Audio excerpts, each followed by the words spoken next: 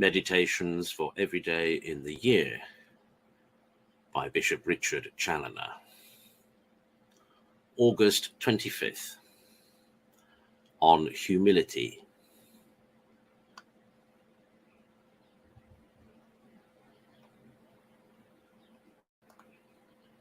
Consider first that the most necessary of all mortifications is that which teaches us to mortify our pride by the virtue of humility. Humility is the favorite virtue of heaven.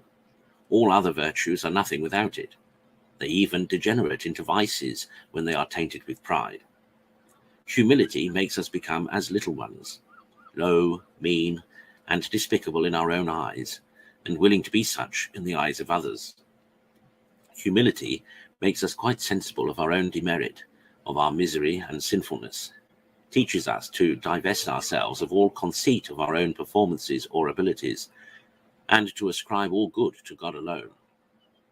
Humility sits down in the lowest place, makes us sincerely prefer all others before ourselves, and pretend to no esteem or praise or honor or glory as due to us or to any excellence of our own, but to be fully and feelingly convinced not only that we are good for nothing of ourselves, fit for nothing but to do mischief, and deserve nothing but punishment, but also that 'tis owning to God's pure goodness that we are suffered to live upon earth, and that any one at all shows us the least regard or does us the least service, and that all God's creatures have not a general license to rise up against us and to punish us in all manner of ways for our offences against their Creator, that we are not long since in hell.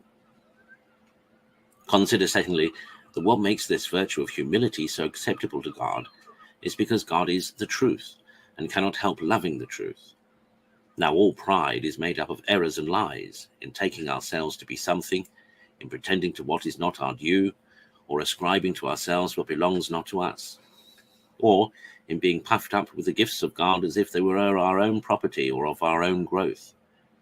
And what is all this but lies, sacrilegious lies that offer to rob God of his glory, to challenge to ourselves what belongs to him, and Satan-like to pretend to set ourselves on his throne?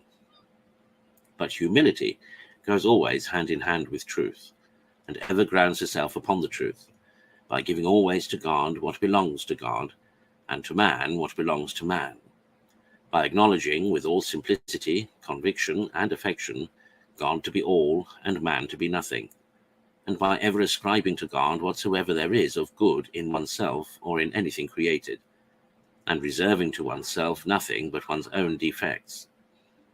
This is true humility. This is the truth that shall stand forever. This was found in the greatest perfection in the most eminent saints upon earth. This shall reign with them in heaven for all eternity, where God shall be all in all forever. Consider thirdly, that humility is not only a virtue absolutely necessary for arriving at Christian perfection, but that there is even no salvation at all for us without it. There is no going to heaven without God's grace.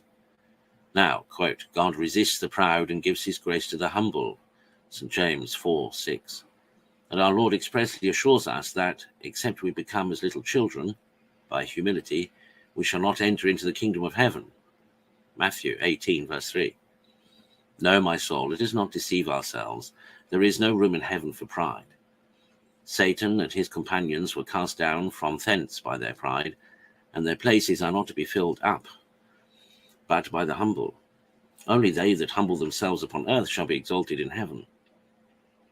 The Most High and the Most Holy, who inhabiteth eternity, will only dwell with a contrite and humble spirit, Isaiah, and will have respect to none, to bring them to his heavenly kingdom, but such as in their mortal life, by the virtue of humility, are, quote, poor and little, and of contrite spirit, and tremble at his words.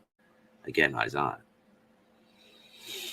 Conclude, if thou wouldst have any part with God in his eternal kingdom, to be ever little and humble here upon earth. The more thou stoopest down and castest thyself under the feet of all by humility, the more God will lift thee up and exalt thee. For he alone is truly great and high, and ever looks down with a favourable eye upon them that are low and humble, to exalt them here by his grace, and hereafter in his glory. But as for such as lift up their heads by pride, and take themselves to be great and high, He keeps them off at a distance and regards them with horror. Quote, for the proud and arrogant are an abomination to the Lord. Proverbs 16, verse 5.